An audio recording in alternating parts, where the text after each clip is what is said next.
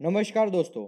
आज हम डिस्कस करने जा रहे हैं चैप्टर नंबर 10 सीसिप 3.1 एग्जामिनेशन का चैप्टर नंबर 10 जो लेटेस्ट 2020 में जो एग्ज़ाम हो रहा था उसमें यही बुक यूज़ किया गया था और इसी बुक से कंटिन्यूस आपको क्वेश्चन आएंगे और इसी बुक में टोटल 26 दिए गए हैं कंटेंट और हमारा अभी हम पहुंचे हैं 10 नंबर का। अभी तक हमने ऊपर जितना जो है typical duty of welding inspector terms and definition welding imperfection and material inspection destructive testing WPS and welder qualification material inspection and welding symbol ये सब चीज़ के बारे में हमने डेप्थ में ऑलरेडी सेशन किए हैं 1-1 घंटे का। वो आप देखेंगे तो आपको समझ में ज़्यादा आएगा। अभी हम बात करेंगे ये चैप्टर के बारे में, चैप्टर नंबर 10, जिसमें से 5 क्वेश्चन टोटल आएंगे। 5 क्वेश्चन कहाँ से आएंगे उसके बारे में हम उसमें भी डेप्थ में जाएंगे, लेकिन कुछ बेसिक नॉलेज सिर्फ 3.1 को होना चाहिए और वो बेसिक नॉलेज के बारे में आज हम थोड़ा डिस्कस करेंगे। Okay, common characteristic of the four main arc process कौन सा है कॉमन कैरेक्टरिस्टिक के? एमएमए वेल्डिंग मतलब manual metal arc welding, TIG welding, tungsten inert gas welding, MIG welding, metal inert gas welding, MAG welding, metal active gas welding और SAW submerge arc welding. ठीक है, तो SA W वो submerge arc welding, वो पांचों जो पांचों फोर जो मेन टाइप का वेल्डिंग प्रोसेस है। यहाँ पे मिग मैग जो है उसी को जीएमएडब्ल्यू भी बोलते हैं। हमारे एएसएमई की लैंग्वेज में हम उसको बोलते हैं जीएमएडब्ल्यू, लेकिन यूरोपियन स्टैंडर्ड में उसका दो पार्ट किया गया है, मिग और मैग। जिसमें इनर्ट गैस यूज होता है वो मिग वेल्डिंग बोला जाता है, जिसमें एक्टिव गैस यूज होता है वो मैग वेल्डिंग बोला जाता है। ठीक है, तो the arc is created when the electrical discharge occur across the gap between the electrode and parent material।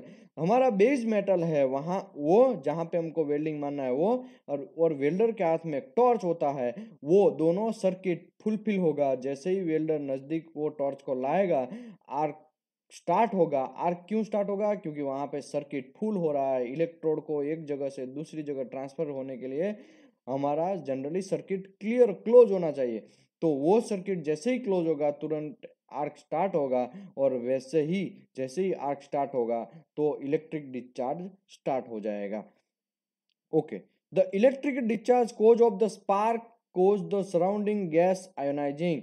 Okay, जो स्पार्क होता है वो हम जैसे ही मैं बोला कि भी वेल्ड टेस्ट पीस है वो और हमारा आर्क है वो दोनों को एक दूसरे के नज़दीक लाएंगे तो स्पार्क का रीज़न क्या है? सराउंडिंग जो गैस है वो भी एक आयोनाइज करेगा। एक गैस जो प्रोड्यूस जैसे कि टिग वेल्डिंग उसमें आर्गन है, वो सराउंडिंग गैस को एक दूसरे हमारा जो आर्क जहाँ पे जनरेट होता है उसको कवर करेगा, बाहर के एटमॉस्फेयर को अंदर घुसने नहीं देगा। अगर एमएमए वेल्डिंग है, मैनुअल मेटल आर्क वेल्डिंग, जिसको हम एएसएमई की भाषा में बोलते हैं एसएमएडब्ल्यू वेल्डिंग, तो जो एसएमएडब्ल्यू वेल्डिंग है उसमें फ्लक्स रहता है इलेक्ट्रोड के बाहर। वो फ्लक्स जो है वो क्रिएट होगा और फ्लक्स के अंदर कुछ गैसेस भी डाले जाते हैं, वो गैसेस भी फ्लो होते हैं, तो वो भी सराउंडिंग आयोनाइज को क्लियर रखेंगे, बाहर का एटमॉस्फेयर को अंदर घुसने नहीं देंगे और हमारा आर्क प्रॉपर तरीके से स्पार्क होगा और प्रॉपर हमारा आर्क ब्लो जनरेट होगा। द आयोनाइज्ड गैस enable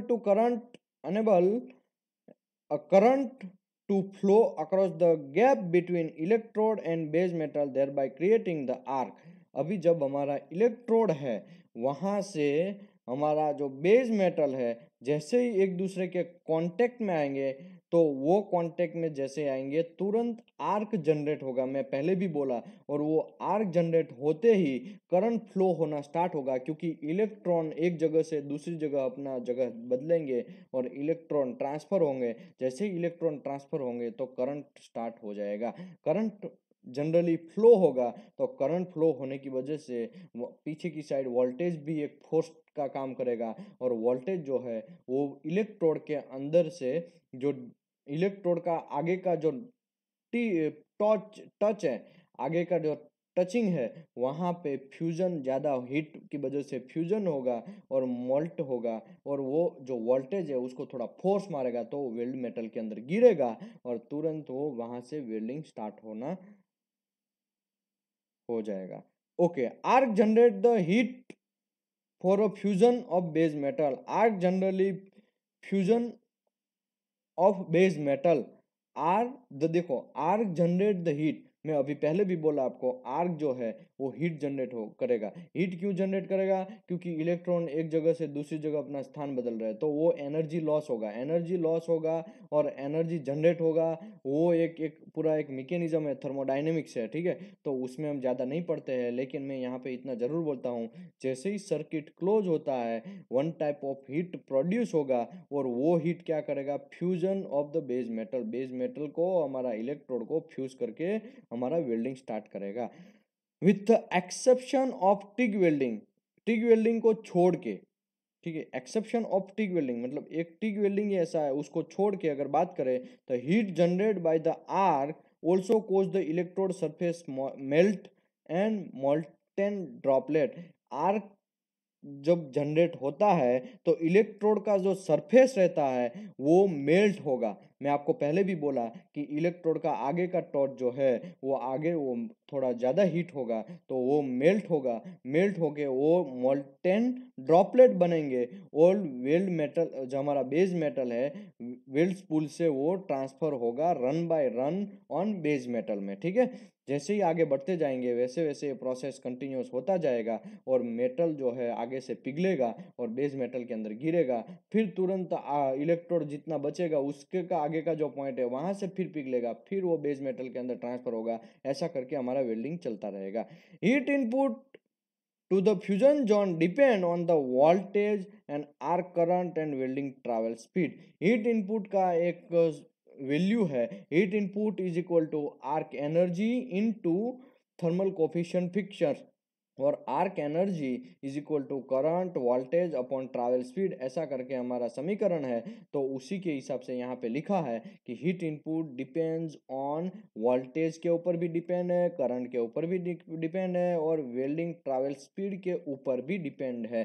तो आज हम वो भी हम चेक करेंगे कि कैसे हीट इनपुट चेक किया जाता है, ठीक है।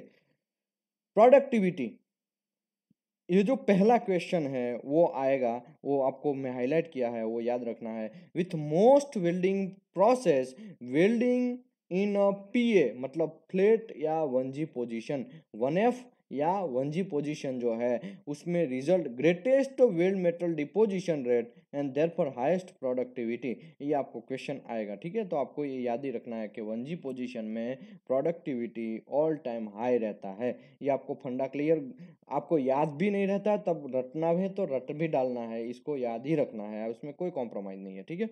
आगे बढ़ते हैं। 1G पोजीशन में क्यों हाईएस्ट प्रोडक्टिविटी रहता है वो मैं आगे आएगा तो बोलेगा, लेकिन आप इतना याद रखिए with most welding process welding in a PA मतलब flat 1G position will result the greatest weld metal deposition rate and therefore highest productivity. For consumable electrode welding process, consumable electrode जो वेल्डिंग प्रोसेस होता है वो the rate of transfer of molten metal में जो rate transfer होने का जो रहता है वो किसके ऊपर डिपेंड है? Weld spool is directly related, देखो rate of transfer of molten metal, ठीक है। तो जो नीचे ट्रांसफर होता है, मैं आपको बोला इलेक्ट्रोड का आगे में थोड़ा मेल्ट होगा वो मेटल के अंदर ट्रांसफर होगा, फिर आगे का मेल्ट होगा फिर मेटल के अंदर ट्रांसफर होगा, ऐसे प्रोसेस से कंटिन्यूस चलता रहेगा। तो वो जो rate of transfer molten metal का है वो कैसे डिपेंड करेगा? वो करंट डेंसिटी को, वेल्डिंग का करंट डेंसिटी के ऊपर डिपेंड करेगा। वेल्डिंग का करंट डेंसिटी कैसा रहेगा? Current divide bye diameter of electrode, current जितना बढ़ेगा उतना हमारा रेट ट्रांसफर बढ़ेगा और हमको ज़्यादा प्रोडक्टिविटी मिलेगा। तो करंट डेंसिटी ये आपको मैं यहाँ से हाईलाइट कर रहा हूँ, उतना क्वेश्चन जिसमें ये जो मैं हाईलाइट किया वो नहीं आएगा, वो देखो पहला वाला मैं आपको बोला कि क्वेश्चन आएगा, ठीक है। तो पेपर 4 से 5 पेपर है, ठीक है। तो पांचों पेपर किसको क्या पेपर आएगा वो पता नहीं है, पेपर सेट की मैं बात कर रहा हूँ। तो जिसमें ये क्वेश्चन हाईलाइट किया वो नहीं आएगा तो उसको ये क्वेश्चन आएगा, मैं हाईलाइट किया है वो दोनों में से ऑप्शन में रहेगा, ये क्वेश्चन नहीं तो ये या ये नहीं तो वो, ऐसा करके ऑप्शन वाला रहेगा, ठीक है। तो मैं आपको ये बोलता हूँ कि पहला वाला 1G पोजीशन वहाँ है, हाईएस्ट प्रोडक्टिविटी ये भी याद रखना है, और rate transfer of molten metal of weld spool is directly related to the welding current density, this is the ratio of current and diameter of electrode. तो आपको ये याद ही रखना है, ज़्यादातर मैं आपको बोलता हूँ ये जो हाईलाइट किया उसी के ऊपर ध्यान दीजिए आप। वेल्डिंग करंट डेंसिटी किसको बोला जाता है कि करंट अपॉन इलेक्ट्रोड डायामीटर, इसी को बोलते हैं करंट डेंसिटी। तो करंट डेंसिटी आपका बढ़ेगा तो आपका रेट ट्रांसफर बढ़ेगा, करंट डेंसिटी कम होगा तो रेट ट्रांसफर कम होगा, करंट बढ़ेगा तो आपका रेट ट्रांसफर भी बढ़ेगा, इलेक्ट्रोड डाया बढ़ेगा तो आपका रेट ट्रांसफर कम होगा। लेकिन अगर करंट बढ़ जाएगा तो हमारा पूरा प्रॉब्लम सॉल्व हो जाएगा, प्रोडक्टिविटी हमारा ज़्यादा हो जाएगा। ठीक है, आगे बढ़ते हैं। The for TIG welding, the higher current, more energy is for a fusion, thus the higher rate at which the filler wire can be added on the weld spool। देखो, लेकिन टिग वेल्डिंग में क्या होता है, करंट हायर रहता है तो आपको फिलर मेटल है वो ज़्यादा डालना पड़ता है, क्योंकि करंट यहाँ पे हमारा टिग टंगस्टन का टॉर्च रहता है। ठीक है, टंगस्टन का टॉर्च खुद नहीं जलता है, खुद मेल्ट होके अंदर नहीं गिरता है, इसके लिए हमको एक दूसरे हाथ से एक फिलर को ऐड करना पड़ता है। जैसे ही यहाँ पे करंट बढ़ता है तो हीट बढ़ता है, हीट बढ़ता है तो हमारा जो फिलर हम साइड से एक दूसरे हाथ से टिग वेल्डिंग में डालते हैं वो फ्यूजन ज़्यादा होगा और हमारा हायर रेट मिलने का चांसेस है तो मिलेगा। तो आपको ये भी देखना चाहिए। हीट इनपुट, टोटल में आप बोला आपको 5 क्वेश्चन आएंगे, उसमें से एक क्वेश्चन में ऊपर बता दिया, बाकी के 2 क्वेश्चन है खाली हीट इनपुट का कैलकुलेशन में से आएंगे। ठीक है, तो हीट इनपुट का कैलकुलेशन कैसे होता है ये जनरली आपको सीख लेना चाहिए। ये सेम फॉर्मूला जनरली यूज होता है इन एएसएमई में भी, तो आप एएसएमई में भी ये फॉर्मूला को यूज कर सकते हैं।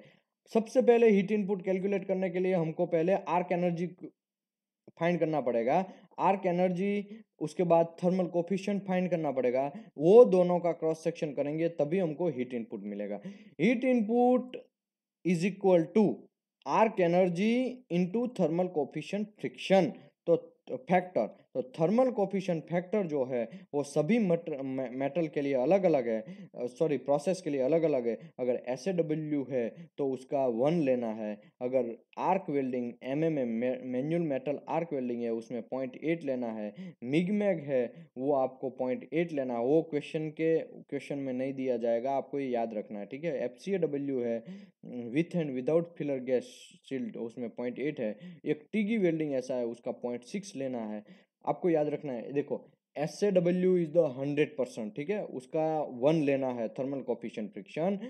Arc energy is equal to heat input in only and only S A W welding में। ठीक है, जितना आर्क एनर्जी होता है उतना ही हीट इनपुट होता है, इसका मतलब ये भी हुआ। यहाँ पे मैं इतना चीज़ बोल देता हूँ तो आपको बहुत वाइडली सोचना पड़ेगा, मैं एक ही चीज़ हर चीज़ को डेप्थ में मैं इतना टाइम नहीं है कि मैं जा पाएगा, लेकिन आपको इतना समझना है कि एस ए डब्ल्यू जो है उसका थर्मल कोफिशिएंट फैक्टर जो है वो 1 है, एम एम ए मिग और एफ सी डब्ल्यू तीनों का 0.8 है और टिग और प्लाज्मा के लिए 0.6 है। ठीक है, ये आपको क्वेश्चन में नहीं दिया जाएगा, आपको याद रखना है, आपको वही लेना है।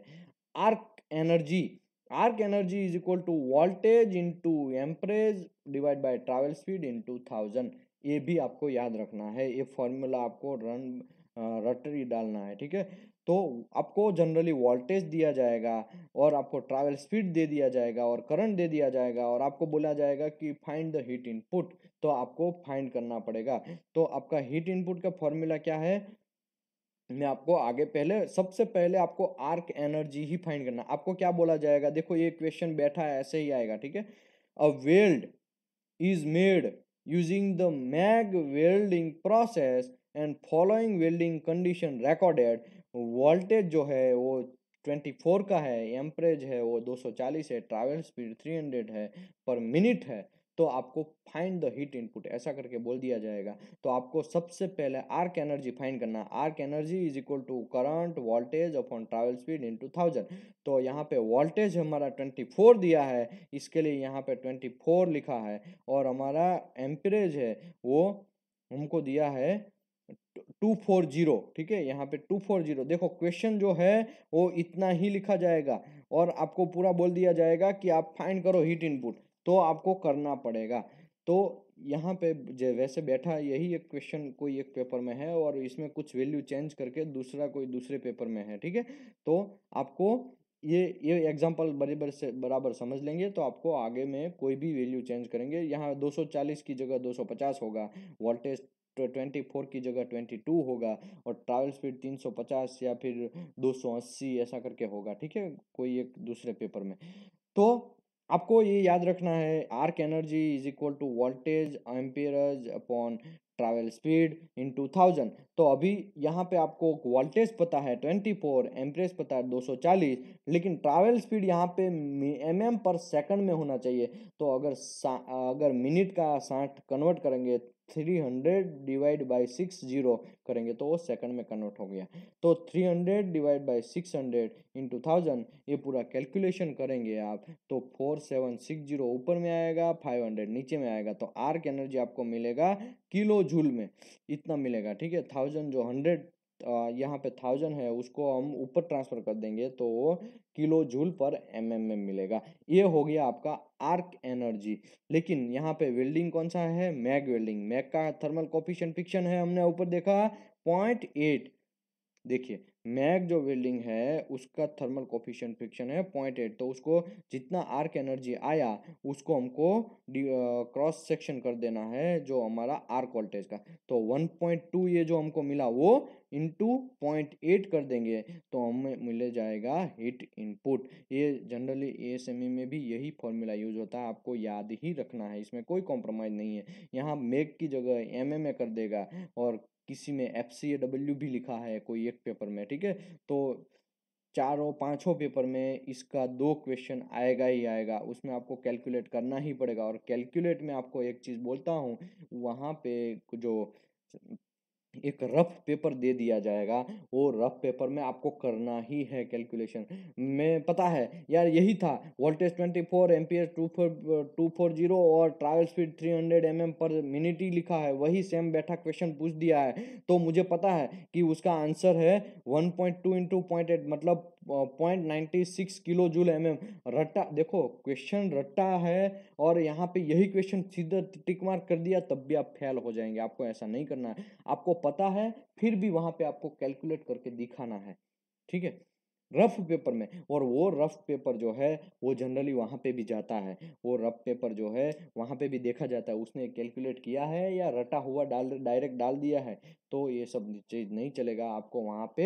ये चीज मैं आपको बोल रहा हूँ, वो कोई भी नहीं बोलेगा आपको, मैं बोल देता हूँ रफ पेज है उसमें आपको पता है फिर भी आपको कैलकुलेशन करना ही है, इसमें कोई कॉम्प्रोमाइज नहीं है। अगर नहीं करेंगे तो आपको रिजल्ट में पता चली जाएगा और क्वेश्चन में भी आंसर गलत हो सकता है, क्योंकि वहां पे कैम्ब्रिज वाले सब चीज देखते हैं, छोटी छोटी चीज एक एक पॉइंट बाय पॉइंट सब चीज देखा जाता है कि उसने कैलकुलेट किया है, कि उसने पूरा क्वेश्चन रटा है कि नहीं रटा है। इसी के लिए मैं आपको बोल रहा हूँ कि आपको ये करना ही है।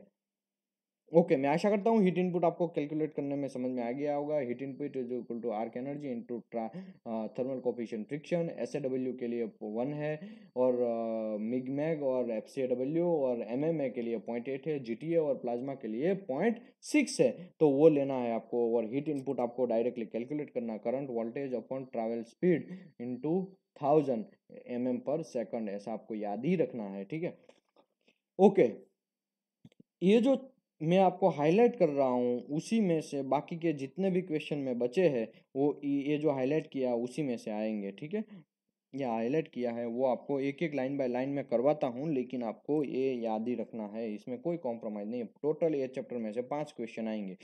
वेल्डिंग पोजीशन एंड प्रोसेस है major influence of the travel speed can be use. देखो वेल्डिंग पोजीशन के हिसाब से ट्रैवल स्पीड डिफरेंट डिफरेंट होता है सभी पोजीशन में। अगर आप आर्क ओवरहेड पोजीशन की बात करें तो वहां पे भी ट्रैवल स्पीड थोड़ा अलग होगा। वर्टिकल अप में ट्रैवल स्पीड कम होगा, वर्टिकल डाउन में ट्रैवल स्पीड ज़्यादा होगा। फ्लैट पोजीशन में अपने हिसाब से आप मार सकते हैं और पोजीशन के हिसाब से यहाँ पे इसी के लिए क्लियर कट लिखा है। और ट्रैवल स्पीड के आधार पे आपका हीट इनपुट डिसाइड होता है, इसके लिए आपको बहुत ध्यान रखना है। Okay manual and semi automatic welding following general principle, नीचे का जो प्रिंसिपल है वो फॉलो करना है। Vertical up progression tends welding, vertical up welding मार रहे हैं, वो gives highest heat input because there is no there is need to view to get a suitable profile or and forward the travel speed of relatively slow। देखो highest input क्यों, क्योंकि travel speed आपका यहाँ पे कम हो जाएगा। Travel speed आपका vertical up में कम होगा तो इसका मतलब ये हुआ आप थोड़ा वीविंग ज़्यादा करते चले होंगे। वीविंग ज़्यादा करते हैं तब आपका हीट इनपुट बढ़ेगा। क्यों, क्योंकि heat input is equal to current voltage divide by travel speed into thermal coefficient friction. तो अगर ट्रैवल स्पीड यहाँ पे ज़्यादा होता है, ट्रैवल स्पीड आपका यहाँ पे कम होता है, सॉरी वर्टिकल अप में आपका ट्रैवल स्पीड थोड़ा कम होगा, तो कम होता है इसका मतलब ये पूरा वैल्यू है वो ज़्यादा होगा। ज़्यादा होगा इसका मतलब हीट इनपुट ज़्यादा होगा। तो यहाँ पे क्लियर बात है कि वर्टिकल अप पोजीशन में आपका हीट इनपुट ज़्यादा होने का रीज़न यही है कि आपका ट्रैवल स्पीड स्लो होगा। ट्रैवल स्पीड स्लो क्यों होगा, क्योंकि आप वीविंग प्रॉपर तरीके से करेंगे, क्योंकि आपको वेल्ड प्रोफाइल तो प्रॉपर लाना है ना।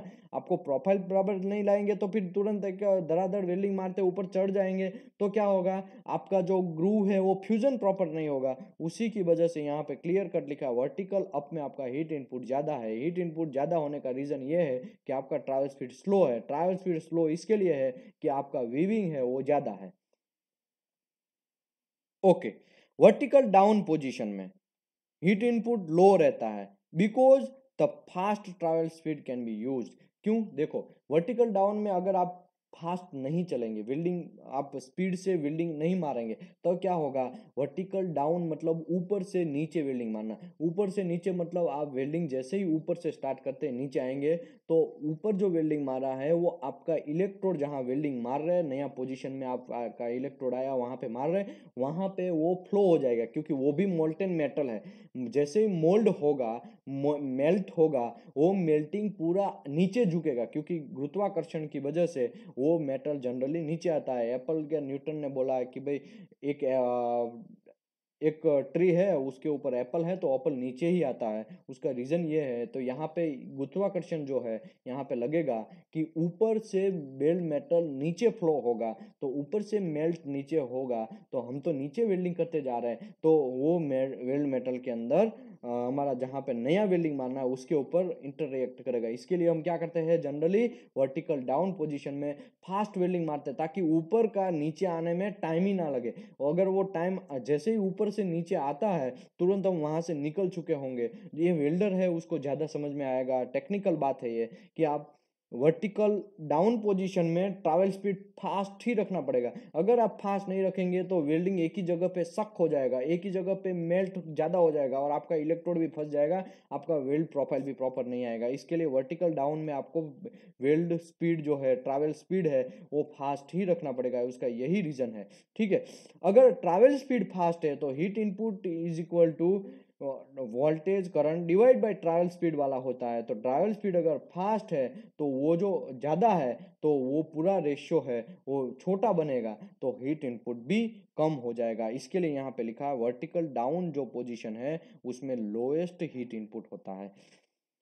ओरिजेंटल वर्टिकल पोजीशन मतलब ये 2G या 2F पोजीशन की बात कर रहे हैं। Relatively low heat input welding position because welder can not weave in this position. आपने देखा होगा 2F पोजीशन में है ना, वीविंग ज़्यादा नहीं कर पाता है वेल्डर, इसी की वजह से उसको ट्रैवल स्पीड जो है वो भी हाई रखना पड़ता है। और ट्रैवल स्पीड अगर हाई हो गया तो यहाँ पे हीट इनपुट लो हो जाएगा क्योंकि heat input is equal to हमने बोला वैसे। Overhead position welding tends to a lower heat input because of need to be lower current and travel fast travel speed।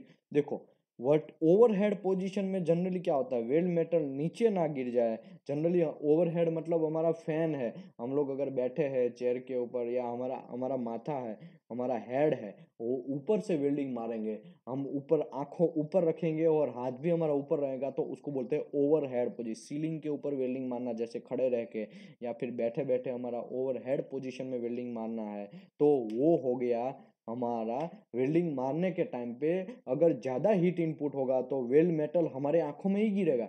तो और हमारे माथे पे गिरेगा या नीचे गिरेगा ज़मीन के ऊपर, तो हम लोग क्या करते हैं जनरली फास्ट ट्रैवल स्पीड रखते हैं ताकि जल्दी से मेल्ट होके जल्दी से वहाँ पे ही चिपक जाए। सॉलिडिफिकेशन भी देखो, हीट इनपुट फास्ट होगा तो आपका सॉलिडिफिकेशन भी फास्ट होगा, हीट इनपुट आपका लो होगा तो आपका सॉलिडिफिकेशन भी लो होगा। तो आपको याद रखना है कि आप अगर फास्ट भागेंगे तभी आपको प्रॉपर तरीके से वेल्डिंग आएगा।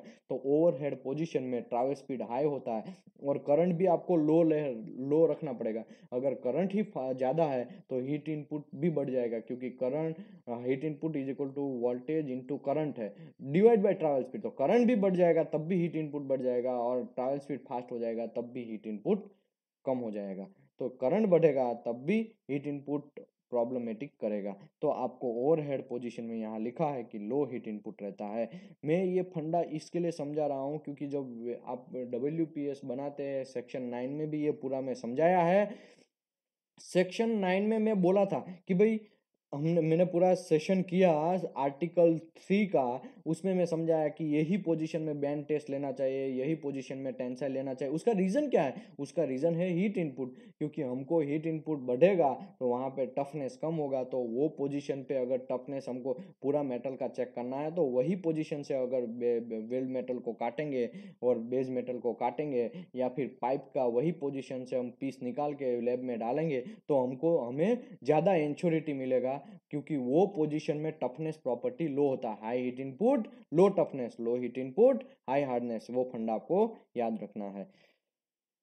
ओके, वेल्डिंग इन फ्लैट पोजीशन में तो बहुत अच्छी बात है, हाई हीट इनपुट भी हो जाएगा तो आपका प्रोडक्टिविटी भी हाई हो जाएगा। मैं ऊपर ऑलरेडी समझाया, ठीक है। Flat position down hand can be low and high heat input position because welder is more flexible about the travel speed and then can be used that can be used बराबर। तो आपको यहाँ पे welder को बहुत अच्छा लगेगा, flat position मारेगा तो उसमें तो आपको वेल्डर को फ्लेक्सिबिलिटी भी मिलेगा। ओवरहेड में आपको ऐसा नहीं है, ओवरहेड में अगर आप ज़्यादा वीविंग करेंगे तब भी वेल्डिंग लबड़ जाएगा ठीक है, तो आपको ये भी याद रखना है। तो आपको of the arc welding process, SAW has a potential to give the highest heat input and highest deposition rate, and TIG and MIG-MAG can be low heat input। TIG welding MIG-MAG welding में heat input low होता है और heat input low होने की वजह से उसमें deposition भी low होता है। तो आपको याद रखना है SAW में हीट हाईएस्ट डिपोजिशन रेट होता है और हमारा प्रोडक्शन भी सबसे ज़्यादा हाई होता है। क्यों? क्योंकि SAW में थर्मल कोफिशिएंट फ्रिक्शन उसका 1 है। जितना हीट इनपुट जितना आर्क एनर्जी होता है उतना ही हीट इनपुट इसका होता है। तो आपको ये क्वेश्चन में याद रखना है, मे बी ये पूछ सकते हैं, ठीक है। जिसमें आगे का कोई क्वेश्चन नहीं पूछेंगे उसमें ये क्वेश्चन पूछेंगे, तो आपको याद रखना है। Typically heat input value is controlled heat input will tends to be range 1 से 3.5 किलो जूल पर mm। जनरली क्या होता है, हम लोग हीट इनपुट, आप जो लोग WPS बनाते हैं वेल्डिंग इंस्पेक्टर उसको ये ज़्यादा समझ में आएगा। जनरली हम जितनी बार कैलकुलेशन करते हैं मोस्ट ऑफ टाइम 1 से लेके 3.5 किलो जूल पर mm जनरली हीट इनपुट रहता है। आप जो WPS, आप पुराना WPS या नया WPS देखेंगे उसमें भी हीट इनपुट दिखा रहेगा। उसमें किसी में 2.9 रहेगा, किसी में 3 रहेगा, किसी में 3.1 रहेगा, किसी में 2 रहेगा, किसी में 2.2 रहेगा, लेकिन 3.5 से ज़्यादा ही बहुत कम आपको देखने को मिलेगा। कम इससे ज़्यादा होगा और 1 से भी कम भी होने का चांसेस कम है। इसे यहाँ पे टिपिकल वैल्यू आपको याद रखना है। टिपिकल मीन्स मोस्टली इतना होता है, मोस्टली, ठीक है, कि 1 से लेके 3.5 किलो जूल पर mm हीट इनपुट मोस्टली होता है, ये बताता है। ओके, वेल्डिंग पैरामीटर, उसमें आर्क वोल्टेज, वेल्डिंग पैरामीटर में आर्क वोल्टेज का काम क्या है? Arc voltage is the related to the arc length. तो आर्क लेंथ के ऊपर डिपेंड है। क्यों आर्क लेंथ? मैं आपको ये फंडा समझाता हूँ कि जनरली क्या होता है, जब हम वेल्डिंग मारते हैं तब हमारा टॉर्च टू बेस मेटल का डिस्टेंस जो है उसी को बोलते हैं आर्क लेंथ। हमारा हम SAW वेल्डिंग मार रहे हैं या SMAW वेल्डिंग मार रहे हैं या टिग वेल्डिंग मार रहे हैं या मिग मैग, ठीक है, हमारा टॉर्च जहाँ से स्टार्ट होता है, टॉर्च वहाँ सॉरी एंड होता है, वहाँ पे थोड़ा टंगस्टन निकला है तो वो, या हमारा इलेक्ट्रोड से वेल्डिंग मारे तो सबसे आगे वाला टिप्स जो है इलेक्ट्रोड का वो, उससे लेके हमारा बेस मेटल, वो दोनों के बीच में जनरली थोड़ा गैप रहता है। गैप का जनरली टिपिकल कितना रहता है, 2 से 8 mm का बीच में रहता है, ठीक है। तो वो जो गैप है उसी को बोलते हैं arc length. Arc length generally किसके ऊपर डिपेंड है, आर्क वोल्टेज के ऊपर। देखो ये फंडा आपको याद रखना है, मैं आगे आएगा तो मैं समझाएगा कैसे। तो arc voltage related to the arc length, तो आर्क लेंथ जितना रहता है उसी के हिसाब से वोल्टेज वेरीज होता है। अगर आर्क लेंथ आपका कम है तो वोल्टेज ज़्यादा रहेगा, आर्क वोल्टेज अगर ज़्यादा है, आर्क लेंथ सॉरी ज़्यादा है, तब आपका आर्क वोल्टेज भी ज़्यादा रहेगा। क्यों क्यों क्योंकि वो मैं आगे आएगा, मैं समझाएगा। For process where the arc voltage controlled by the power source in SAW, MIG-MEG and FCAW, तो यहाँ पे मतलब ये हुआ कि SAW, MIG and MAG welding and FCAW में जनरली आर्क वोल्टेज है वो पावर सोर्स ही खुद कंट्रोल करते हैं। मशीन में ही ऐसा सिस्टम दिया गया है कि वो खुद ही आर्क वोल्टेज को कंट्रोल करते हैं। And can be varies depend on from the current and voltage setting is affected to the profile of the weld. मतलब हमको सेटिंग करना पड़ेगा, वो जो SAW है, मिग मैग वेल्डिंग, FCAW है, वो मैं आगे आएगा मैं समझाएगा। लेकिन यहाँ पे आप याद रखिए कि SAW welding, MIG MAG welding और FCAW उसको बोलते हैं कांस्टेंट वोल्टेज प्रोसेस, और बाकी के जो प्रोसेस बचे हैं उसको बोलते हैं कांस्टेंट करंट प्रोसेस। तो यहाँ पे कांस्टेंट वोल्टेज प्रोसेस इसके लिए बोलते हैं क्योंकि SAW, MIG MAG welding, FCAW का जो भी वोल्टेज है वो वेल्डिंग मशीन खुद ही सेट करता है, खुद ही डिसाइड करता है। हम लोगों को डिसाइड करना, हम लोगों को तो खाली सेट करना है, उसमें हम लोगों को डिसाइड करना, अप एंड डाउन होने का चांसेस उसमें कम है। बाकी जो आर्क वेल्डिंग है, जैसे कि हम मिग MMA वेल्डिंग मारते हैं, मैन्युअल मेटल आर्क वेल्डिंग, या हमारी लैंग्वेज में ASME की लैंग्वेज में शिल्डेड मेटल आर्क वेल्डिंग, SMAW या आर्क वेल्डिंग बोलते हैं उसको, तो वो जो है उसमें कांस्टेंट करंट प्रोसेस है, उसमें वोल्टेज वेरी होता है और करंट फिक्स रहता है, ठीक है। वो कैसे मैं समझाएगा। As a welding current related to the resin also need to be rise the spread weld metal produced in wider flatter deposition, ठीक है। MIG MAG arc voltage has a major influence droplet transfer across the arc, ठीक है। वो मिगमैग में आएगा, उसमें depth में ये लाइन समझाएगा। अभी आपको मैं ड्रॉपलेट ट्रांसफर, 4 टाइप के ड्रॉपलेट ट्रांसफर होते हैं वो मैं अभी समझाएगा, तो आपको थोड़ा वो हो जाएगा। इससे अच्छा है कि यहाँ पे जो है वो खाली याद रखिए, क्वेश्चन में भी नहीं आएगा, आपको ये टेंशन लेने का जरूरत नहीं है। आगे बढ़ते हैं। Welding current. Welding current has a major influence on the depth of fusion and penetration into the base metal and adjacent weld run. Welding current has a major influence on the depth of fusion and penetration into base metal and adjacent weld run.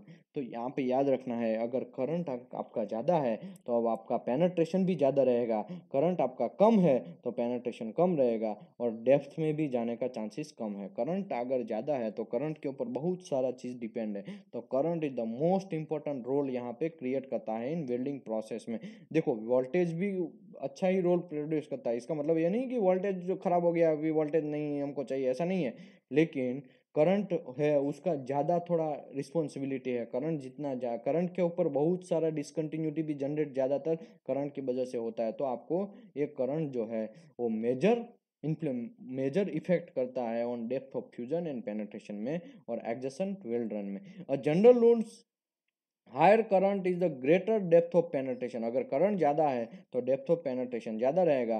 Penetration depth affect dilution of the well deposition of the parent metal and particularly important to the current control this when dissimilar metal are joined। dissimilar metal आप join करते हैं उस time पे ये current है वो important role, particularly important role करता है। Okay, polarity. देखो 3 टाइप के पोलारिटी, किसी ने मुझे व्हाट्सएप पे क्वेश्चन पूछा था कि what is the type, how many type of polarity, तो यहाँ पे क्लियर वर्ड है, 3 टाइप की पोलारिटी है, DC positive polarity, DC negative polarity और AC पोलारिटी, ठीक है। यहाँ पे क्लियर दिखाया है DC पॉजिटिव, DC नेगेटिव और AC। Polarity determine the whether most of the arc energy, the heat is concentrated the electrode surface और the surface of the parent material. और पोलारिटी जो है वो तीन टाइप के हैं। इसमें एक GTAW ऐसा प्रोसेस है जिसमें अपवाद है, इसको याद रखना है। GTAW अकेला ऐसा प्रोसेस है जो DC नेगेटिव पोलैरिटी में यूज होता है। बाकी आप सभी वेल्डिंग देखिए मोस्टली DC पॉजिटिव में ही यूज होते हैं, ठीक है। अब देखिए अभी हम पहले से बात करेंगे आर्क वेल्डिंग के बारे में। SMAW या MMAW वेल्डिंग, उसमें DC पॉजिटिव में अगर हम यूज़ करेंगे तो बेस्ट पेनेट्रेशन मिलेगा। और अगर हम GMAW मिगमैक को भी अगर यूज़ करें, use on all metal and all situation virtually all all situation में हम DC पॉजिटिव यूज़ करते हैं। और FCAW mostly common DC positive में यूज होता है। और SAW है वो बेस्ट पेनेट्रेशन देता है, और SAW बेस्ट पेनेट्रेशन देता है इन DC पॉजिटिव में। तो आपको ये याद रखना है। एक टिग ऐसा अपवाद है जो रेयरली कभी कभी ही यूज होता है, क्योंकि वहाँ पे टंगस्टन ओवरहीट होने का चांसेस है। यहाँ पे हम अलग से फिलर नहीं दे रहे हैं, यहाँ पे जो है टॉर्च के अंदर टंगस्टन रहता है, फिलर हमको अलग से दूसरे हाथों से देना पड़ता है। उसी की वजह से यहाँ पे टिग वेल्डिंग है वो अपवाद रूप है। देखिए आप ये फंडा याद ही रखना है, कैसे याद रखना है वो आपके ऊपर डिपेंड है, लेकिन आपको याद रखना है, ठीक है, कि टिग वेल्डिंग है उसमें हमारा पोलैरिटी जो है वो DC नेगेटिव रहता है मोस्टली। ओके, अभी हम पहले से बात करेंगे MMA वेल्डिंग। MMA वेल्डिंग में बेस्ट पेनेट्रेशन DC पॉजिटिव में होता है और less penetration but higher deposition rate. देखो हाँ, दूसरी बात, DC नेगेटिव में आप लगाते हैं कोई भी टॉर्च को, इलेक्ट्रोड को या वेल्डिंग प्रोसेस को, तो DC नेगेटिव में किसी में भी जाएंगे उसमें हायर डिपोजिशन रेट मिलेगा। हायर डिपोजिशन रेट क्यों मिलेगा वो मैं चैप्टर आएगा उस टाइम पे समझाएगा कि 70% हीट इसमें प्रोड्यूस होता है, 30% इसमें प्रोड्यूस होता है। इसी की वजह से यहाँ पे फ्यूजन ज़्यादा होता है और मेल्टन मेटल का रेशियो ज़्यादा रहता है और मेल्ट होके जल्दी वेल्ड मेटल के अंदर घुसता है हमारा प्रोसेस में। तो उसी की वजह से वहाँ पे हायर डिपोजिशन रेट रहता है। वो सब चीज़ के बारे में पूरा डेप्थ में मैं GTAW SMAW MMAW एक एक प्रोसेस जब आएगा उस टाइम पे मैं डेप्थ में समझाएगा, ठीक है। तो अभी आप इतना समझ लीजिए कि DC नेगेटिव जो है उसमें जनरली हायर डिपोजिशन रेट रहता है और लेकिन लेस पेनेट्रेशन। कोई भी आप प्रोसेस पकड़ लीजिए, यहाँ पे भी देख रहे हैं SAW के लिए less penetration but higher deposition rate यहाँ पे हायर ही रहेगा, ठीक है, ये आपको याद रखना है। ओके, AC जो है वो कभी कभी AC भी यूज होता है, not suitably for some electrode minimize the arc blow. AC में हम जनरली जाते हैं तो AC में थोड़ी बार पॉजिटिव रहता है, थोड़े नेगेटिव रहता है, थोड़ा पॉजिटिव रहता है। तो आर्क ब्लो कैसा चलता है, थोड़ा स्टार्ट होगा फिर बंद होने की कगार में आ जाएगा, फिर स्टार्ट होगा फिर बंद होने की कगार में। वो जो ओल्ड टाइप का रेलवे इंजन था, ओल्ड एकदम, जब रेलवे का इनोवेशन हुआ उस टाइम पे जो इंजन था वो कैसे चलता था, पहले झटके से चलता था, वैसे ही वेल्डिंग चलेगा। तो आपको मेरा यहाँ पे कहने का मतलब ये है, आर्क ब्लो का उसमें प्रॉब्लम रहता है AC में, तो जनरली हम लोग कम यूज़ करते हैं। लेकिन अगर टिग वेल्डिंग की बात करें तो एल्यूमिनियम जैसे वेल्डिंग है, रिफ्रैक्टरी ऑक्साइड फिल्म जैसे वेल्डिंग है, ब्रेक हो गया है उसमें हमारा वेल्डिंग मारना है, एल्यूमिनियम टाइप का अलॉय है, उसी में जनरली हम टिग वेल्डिंग यूज़ करते हैं। और GMAW मिगमैग वेल्डिंग और FCAW जनरली AC में यूज़ नहीं होते हैं, ठीक है। SAW कभी कभी आर्क ब्लो अवॉइड होता है, उस टाइम पे हमको जनरली इसको अवॉइड करना चाहिए। आर्क ब्लो इसमें प्रॉब्लम है, मैं आपको बोला ओल्ड टाइप का इंजन जो रेलवे इंजन है वैसा यहाँ पे जनरेट होता है, तो उसी की वजह से हम लोग जनरली AC यूज़ नहीं करते। तो थोड़ी बार प्लस रहेगा फिर माइनस रहेगा, प्लस रहेगा माइनस रहेगा, इसका मतलब क्या हुआ कि आर्क जनरेट होगा, एक टाइम पे ऐसा आएगा बहुत अच्छा सा जनरेट हो जाएगा, फिर धीरे धीरे माइनस होना स्टार्ट होगा, आर्क धीरे धीरे छोटा होगा, फिर बड़ा होगा, फिर छोटा होगा, ऐसा ऐसा होता रहेगा। तो आर्क ब्लो हमारा प्रॉपर तरीके से नहीं होगा, उसी की वजह से हमको अवॉइड करना चाहिए AC वेल्डिंग में। लेकिन एल्यूमिनियम वेल्डिंग मारना है तब हमको टिग वेल्डिंग उसमें यूज कर सकते हैं, उसमें कोई प्रॉब्लम नहीं है। इसके बारे में हम पूरा डेप्थ में जाएंगे, ठीक है, जब ये चैप्टर आएगा। एल्यूमिनियम में ऐसा क्या होता है, क्या कांड हो जाता है कि ताकि हमको उसको AC में यूज करना पड़ता है, उसके बारे में हम डेप्थ में जाएंगे। उसका टंगस्टन जो है उसका टिप से आगे का फ्लैट या बॉल टाइप क्यों रखना पड़ता है एल्यूमिनियम के अंदर, एल्यूमिनियम में ऐसा क्या मेटलर्जी प्रोसेस होता है ताकि हम टिग में हम ऐसा एसी में डालना पड़ता है, वो हम आगे आएगा जब टिग का चैप्टर आएगा तब हम 1 घंटे का अलग से पूरा सेशन करेंगे तो समझ में आएगा उस टाइम पे।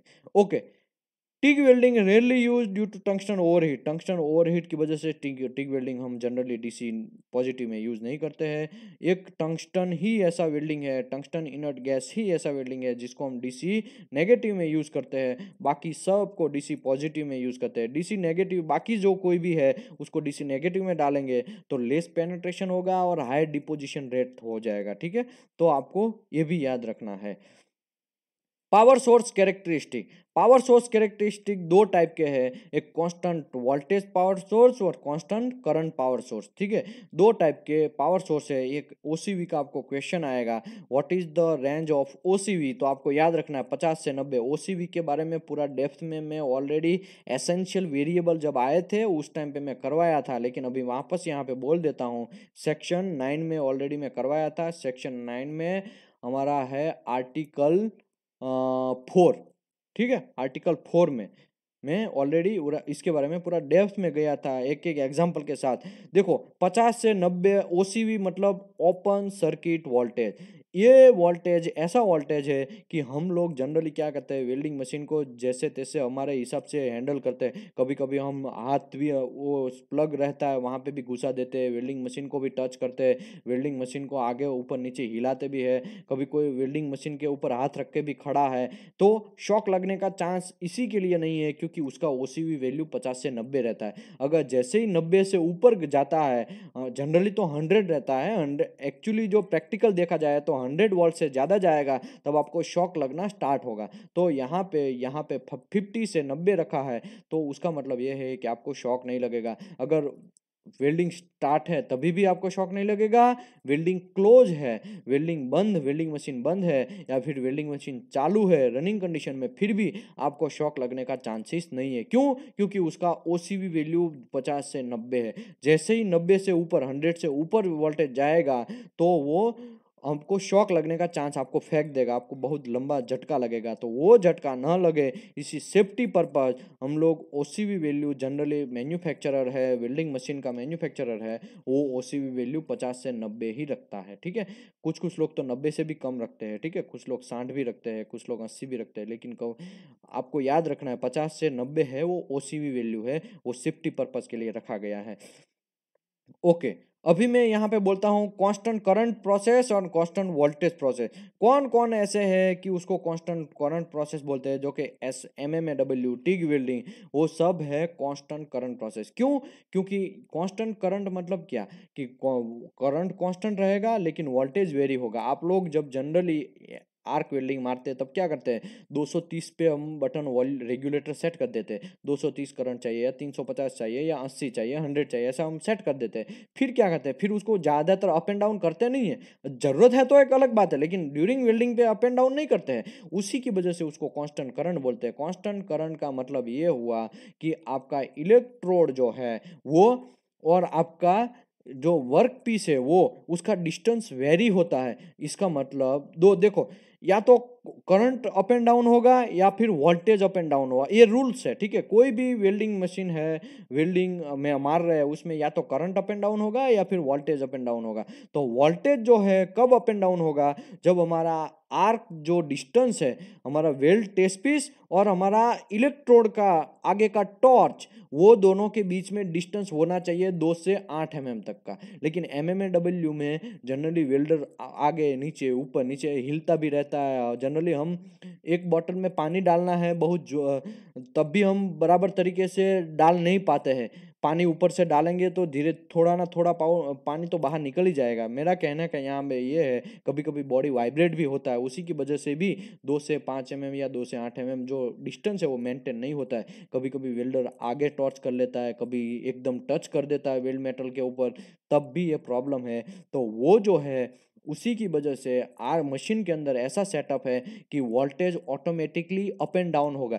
जैसे ही आपका टॉर्च है वो आपका वेल्ड मेटल के अंदर टच हो जाएगा या एकदम नज़दीक आ जाएगा तो वोल्टेज एकदम कम हो जाएगा, फोर्स कम हो जाएगा वोल्टेज का, और वोल्टेज वहाँ पे कम होगा। और अगर आप जैसे ही आप डिस्टेंस बढ़ाते हैं, इलेक्ट्रोड आपका जैसे ही कभी हाथ ऊपर नीचे होता है, तो थोड़ा वेल्ड टेस्ट पीस और आपका टॉर्च है थोड़ा ऊपर हाथ जाएगा, तो आपका वहाँ पे वोल्टेज बढ़ जाएगा। तो यहाँ पे वोल्टेज जो है वो अप एंड डाउन होता रहता है, लेकिन करंट यहाँ पे कांस्टेंट है। इसी की वजह से उसको बोलते हैं कांस्टेंट करंट प्रोसेस।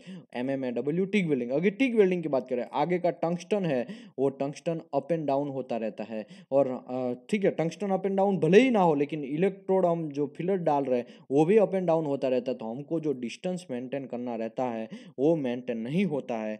उसी की वजह से जनरली हम लोग क्या करते हैं, करंट फिक्स कर देते हैं, 280 में फिक्स कर देते हैं, तो voltage automatically up and down होता रहेगा। तो उसी को बोलते हैं कांस्टेंट करंट प्रोसेस। लेकिन ठीक है, यहाँ पे एक फिगर है, मैं दिखा देता हूँ।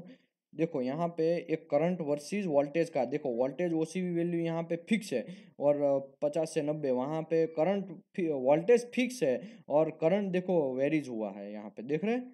ये तो ठीक है, ओसी वैल्यू के बारे में है, ये तो मशीन बंद है उसी टाइम के बारे में है। लेकिन जब मशीन चालू है, रनिंग कंडीशन में, ए बी सी, वोल्टेज का डिस्टेंस ज़्यादा है, देखिए देख दो, ये जो बीच में जो घाटा लाइन है वो, और डॉटेड ऊपर है डॉटेड नीचे है, उसका डिस्टेंस ज़्यादा है। यहाँ पे करंट में एक्स वाई जेड है, उसका distance small change of current of huge change of arc voltage ज़्यादा चेंज होगा, करंट बहुत कम चेंज होगा, लेकिन वोल्टेज ज़्यादा चेंज होता है। इसी की वजह से यहाँ पे कांस्टेंट करंट प्रोसेस भी बोलते हैं। और कांस्टेंट करंट प्रोसेस को शायद ड्रूपिंग कैरेक्टरिस्टिक भी बोलते हैं। यस, ओके, ये आपको क्वेश्चन आएगा कि drooping, what is the drooping characteristic. इसका मतलब ये कांस्टेंट करंट प्रोसेस जो है उसको ड्रूपिंग कैरेक्टरिस्टिक भी बोलता है, क्योंकि इलास्टिक चेंज ड्रूपिकली चेंज यहाँ पे हुआ, वोल्टेज तुरंत बहुत लंबा छोड़ा बढ़ गया है, देख रहे हैं यहाँ पे। तो उसी की वजह से उसको ड्रूपिंग कैरेक्टरिस्टिक भी बोलते हैं। Constant voltage process, constant voltage process में क्या होता है, उसको फ्लैट कैरेक्टरिस्टिक भी बोलते हैं। नीचे आएगा तो मैं आपको दिखाएगा, हाँ यहाँ पे है फ्लैट कैरेक्टरिस्टिक। वहाँ पे क्या होता है, generally S M A W welding, sorry, F C A W welding, S A W welding, और G M A W welding, उसमें क्या होता है, जनरली एस ए डब्ल्यू की मैं बात करता हूँ। चलो, एस ए डब्ल्यू में जनरली क्या होता है कि भाई वेल्डर है वो टॉर्च को फिक्स कर देता है, वहाँ पे हमको डिस्टेंस जितना चाहिए, वो कभी कभी आपने देखा होगा जो प्रैक्टिकल है कि भाई ऐसे डब्ल्यू वेल्डर के पास कभी कभी मेजर टेप से वो मेजर करता रहता है स्टार्टिंग ऑफ वेल्डिंग। उसका एक रीज़न क्या है, वो चेक करता है कि मुझे कितना आर्क लेंथ रखना है, 4 mm 5 mm, वो WPS के अंदर दिया रहता है कि आर्क लेंथ आपको 6 mm रखना है, आर्क mm 3 से लेके 8 mm के बीच में रखना है। वो सब चीज़ WPS में ऑलरेडी आर्क लेंथ के बारे में डिटेल में दिया रहेगा। जो अच्छा WPS बनाता है उसी की मैं बात कर रहा हूँ। बाकी रफ WPS तो बहुत सारे बनाने वाले हैं, चलता है चलने दो वाले, लेकिन ऐसा नहीं, हमको एज पर कोड अगर हम जाएंगे, एज पर प्रोसीजर जाएंगे, तो जनरली SAW के लिए हम 2 से 8 mm के बीच में डिस्टेंस रखते हैं। तो वेल्डर क्या करता है, वो फिक्स करता है 2 से 8 mm के बीच में वो डिस्टेंस रखता है, और 2 से 8 mm के बीच में जब डिस्टेंस करेगा तब वो मेजर टैप लेके करेगा, मेजर टैप से करेगा, तो वहां पे वो फिक्स कर देता है। फिर वो वेल्ड मेटल है उसका, SAW वेल्डिंग है, उसमें क्या करेगा, वो जो डिस्टेंस है वो फिक्स कर देगा, फिर वो वेल्डिंग स्टार्ट करेगा। SAW है वो रिमोट से थोड़ा बहुत होता है, थोड़ा बहुत हाथ से भी वेल्डिंग करते हैं, तो क्या होगा, रिमोट से वो जनरली हमारा वेल्ड जहाँ पे मारना है वो, और हमारा आर्क जो टॉर्च है वो उसको फिक्स कर देता है, और फिक्स करने के बाद क्या करेगा, वेल्डिंग स्टार्ट करेगा। इसका मतलब यहाँ पे ये हुआ कि फिर वो हमारा हाथ जो, जैसे कि SMAW टिग वेल्डिंग उसमें हाथ अप एंड डाउन होता था, यहाँ पे ऐसा नहीं होगा। यहाँ पे तो वर्क पीस भी फिक्स रहता है और हमारा टॉर्च भी फिक्स रहता है, भले ही वो स्लाइड करेगा लेकिन वो डिस्टेंस अप एंड डाउन नहीं होगा। मेरा कहने का यहाँ पे मतलब ये है। तो डिस्टेंस अप एंड डाउन नहीं होता है, उसी की वजह से वोल्टेज जो है वेल्ड मशीन के अंदर वो फिक्स रहता है। वो उसी को वजह से SMAW, सॉरी, FCAW और SAW और GMAW वो सब वेल्डिंग मशीन को कांस्टेंट वोल्टेज प्रोसेस भी बोलते हैं। अभी आप सोचेंगे कि FCAW में तो भाई टिक जैसा टॉर्च ही है, तो FCAW में क्या कांड होता है मैं आपको बोलता हूँ। FCAW में एक आगे टॉर्च रहता है, वो टॉर्च स्टार्ट करते हैं तो आर्क स्टार्ट होता है। जैसे ही हम वेल्डिंग मारेंगे, वीविंग करेंगे, वेल्डर है वो ऊपर हाथ करेगा तो ऑटोमेटिकली ही वो जो हमारा टॉर्च है उसके अंदर से जो फिलर है, जो सॉरी वायर है, वो ज़्यादा निकल जाएगा। अगर हम नज़दीक जाएंगे तो वो जो फिलर है वो कम निकल जाएगा। लेकिन वहाँ पे वो जो मशीन है वो खुद कंट्रोल करेगा, वो फिलर ज़्यादा लगाएगा, अगर डिस्टेंस बढ़ जाएगा तो, और फिलर कम करेगा ऑटोमेटिकली। वहाँ पे ये ऑटोमेटिकली व्हील्स हमारा स्पूल है वो राउंड होता रहेगा। हमारा जो फिलर का स्पूल है वो राउंड में घूमता रहता है। आपने देखा होगा FCAW, SAW, GMAW वो सब में एक वायर स्पूल रहेगा लंबा बड़ा सा, वो राउंड घूमता रहेगा। तो FCAW में क्या होगा, जैसे ही आपका हाथ वेल्डर है वो अप एंड डाउन होता रहेगा, वैसे मशीन ऑटोमेटिकली उसका जो रेगुलेटिंग स्पीड है वो ट्रैवल स्पीड, सॉरी ये फीड स्पीड बोलते हैं, फीड स्पीड है वो अप एंड डाउन करता रहेगा। लेकिन वहाँ पे डिस्टेंस तो फिक्स ही रखेगा। उसी की वजह से उसको भी कांस्टेंट वोल्टेज प्रोसेस बोला जाता है। तो कांस्टेंट वोल्टेज प्रोसेस का दूसरा नाम है फ्लैट कैरेक्टरिस्टिक। ठीक है, तो आपको ये भी याद रखना है। यहाँ पे दिखाया है, देखिए वेरिएशन ऑफ वोल्टेज यहाँ पे कम हुआ है, लेकिन यहाँ पे जो करंट का वेरिएशन है यहाँ पे XYZ देखो ज़्यादा डिस्टेंस में है। ठीक है, तो ये आपको याद रखना है। Thank you very much. मैं आशा करता हूँ यहाँ पे चैप्टर फिनिश करते हैं, और आशा करता हूँ आपको ज़्यादातर ये सब चीज़ समझ में आया होगा। और आपको सबसे ज़्यादा ये टेबल याद रखना है। ये टेबल के बारे में बहुत सारे क्वेश्चन तो नहीं है, लेकिन आपको फंडा इसके ऊपर बहुत सारे क्लियर हो जाएंगे।